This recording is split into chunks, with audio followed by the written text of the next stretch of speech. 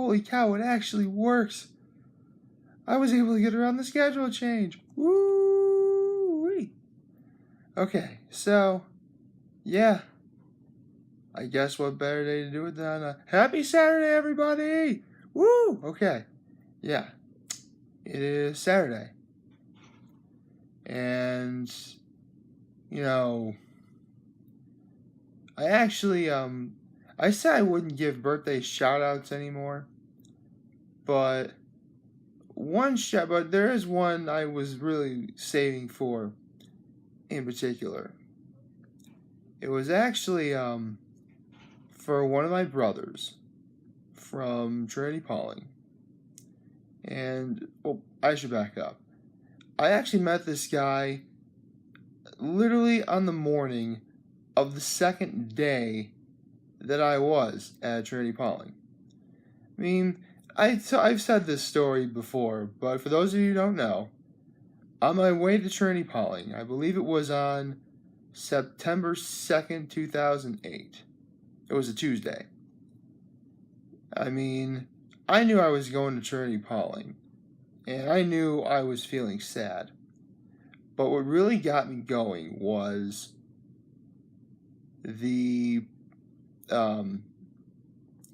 fact that on the way up to Pawling, New York, we were actually on the highway driving by Elmira, for those of you who are familiar with that area.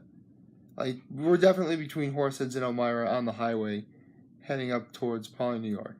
Anyway, so on the way up there, my father got a call from my grandmother on his side.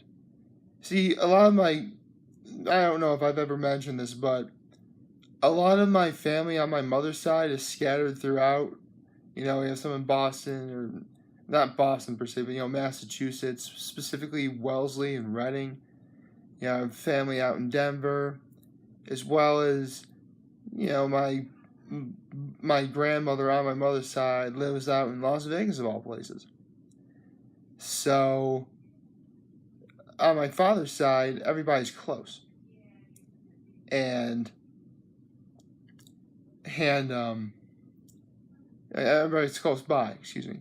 So, we're in between Horseheads and Elmira, and I get a call from my grandmother. And my grandmother loves me, and I love my grandmother. I've said this before, and that's never really going to change. But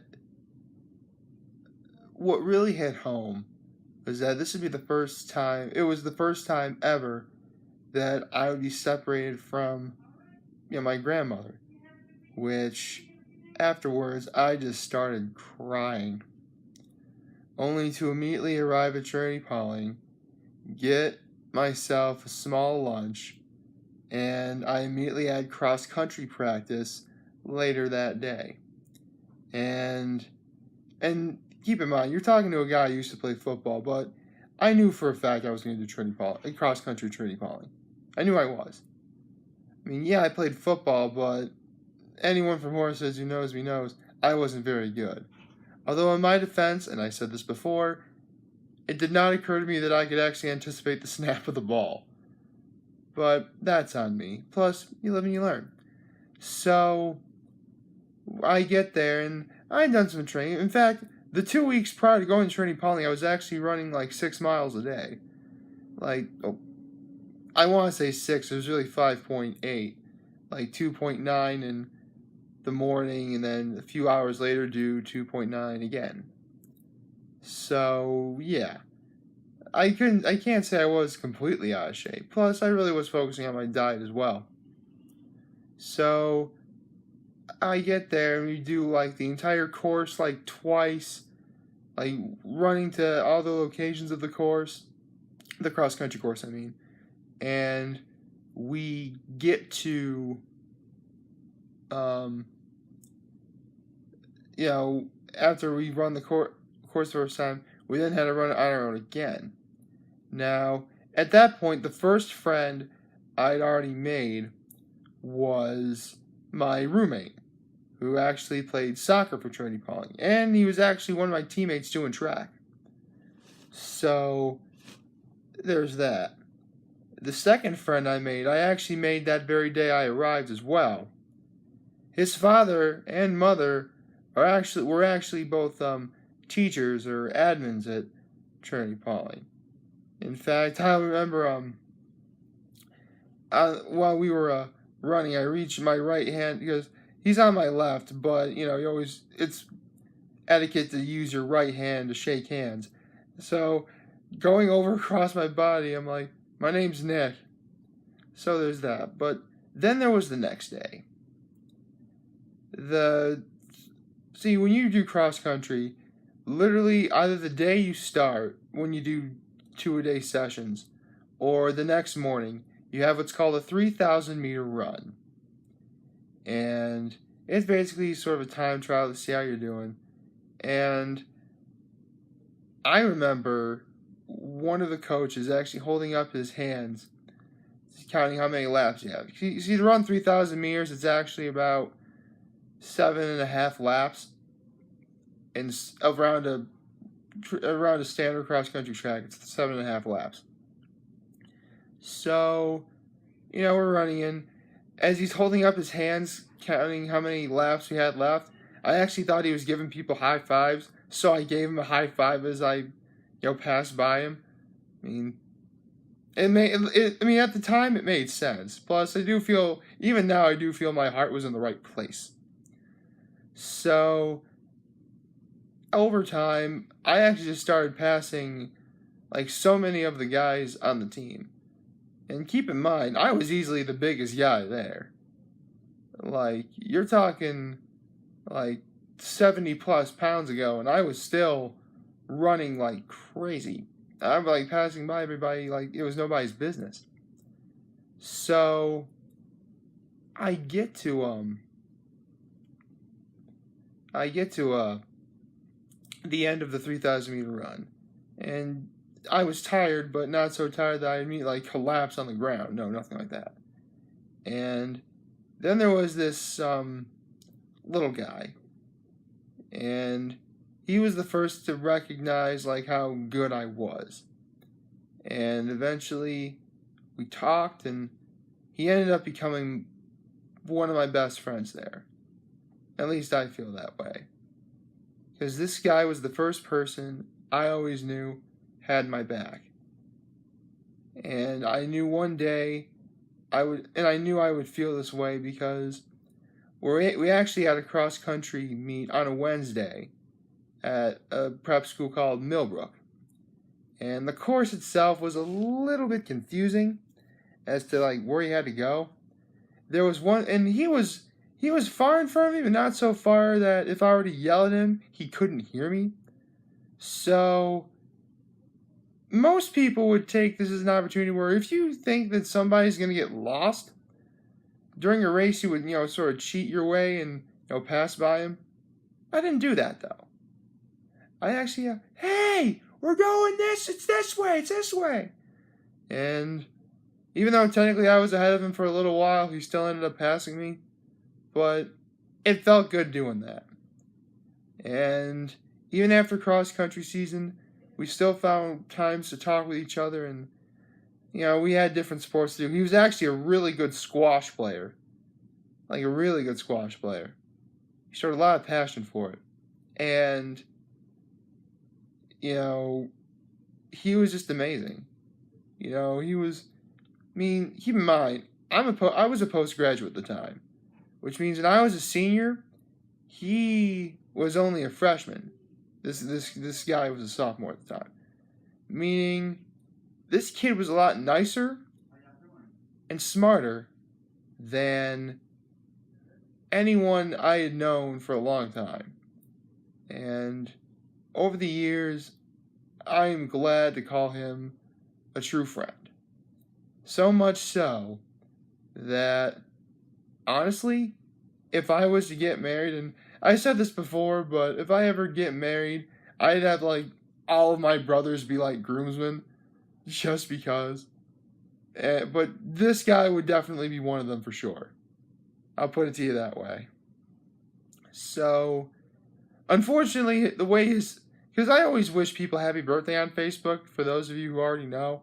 But his Facebook is weird where I can only private message him, which is fine. You know, I did write him a nice message, but if by chance he ever sees this video, I just want to say, thank you, man. You were awesome then, and from what I hear, you're awesome now. So, thank you. Wow. I gotta say, doing these, I mean, it's not as early as it used to be, but I like doing these videos at this hour. You know, I really like, how I'm not nice and clean, I'm shaven, you know, my breath smells minty fresh. Basically, for those of you who don't already know, my standards for when I make these videos is I try and look as nice and clean as possible, clean shaven, you know, look halfway decent. Basically, if I was on a date with a woman. Yes, I talk to the camera as if she was a beautiful woman. You know, eye contact as best I can, all that good stuff. Honestly, I find it helps. I do find that when I watch the videos again, it is a little bit more engaging, which is nice. But honestly, I really do like the fact that I am really clean shaven, because that actually reminds me of a funny story about my brother when he was in high school. No, for those of you... Oh, actually, I should back up for a second. My brother and I went to different high schools. I went to Horseheads High School. He went to Notre Dame High School. And for those of you Notre Dame alumni who are also friends of mine on Facebook, no, it's not that story. It's not the story you're thinking of. But that will be something I talk about at a later date. Preferably after I actually introduce you all to my brother. Yeah, if you go to day 147, part 2, I believe. Yeah, 147, part 2. That's when I introduced you guys to a lot of my family. But I wasn't really able to get my brother and my sister-in-law. Love you guys, by the way. Anyway, so my brother was a freshman at Notre Dame, I believe. Yeah, he was a freshman. And one of his teachers, and it's Notre Dame High School, so they're basically nuns. Only without the whole hitting you with a ruler thing. Whatever. Oh, actually, to be honest, I don't really know how the faculty in Notre Dame works, because again, I never went to Notre Dame. But one of the teachers walks up to him, looks at him very close, sort of like this, kind of. Hey, get out some close-up in my face. Anyway, looks at my brother like this, and he says, "Nick's brother." Remember, I never name names so as not to embarrass or offend anyone. "You're growing a mustache." Honestly, I thought it was the funniest thing ever, but I also felt it was a little sad because, you know, we're growing up. You know, puberty's starting to hit. What can you do? But honestly, puberty is just a small bump in the road for all teenagers. And there is honestly no shame in having facial hair, but having facial hair or feeling bad about yourself during that time. Because we can't feel bad during those times. Of course, Notre Dame is the kind of school where you gotta be clean shaven all the time, so yeah. Believe it or not, a teacher at Notre Dame once told a student to shave his face. They gave him the razor and shaving cream and everything, and he actually shaved off the hair on his head.